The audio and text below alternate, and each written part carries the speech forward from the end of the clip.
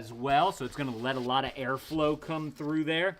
This right here is a little strap, so if you are carrying like a roller luggage that has the handle, you can slide this on that handle so that you can don't have to carry it on your back if you want to just wheel it around. So I like that they've added that into there as well.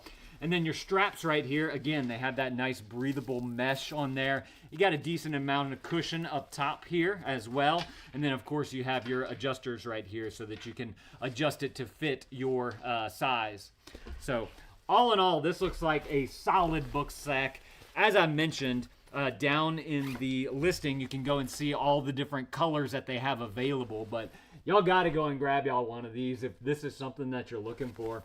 And let me know if this was helpful. If it was, definitely appreciate y'all clicking that helpful button right there. Come on, help a dad out. Thank y'all for watching. Y'all go add this to your cart if this is something that you're looking for. And dad out.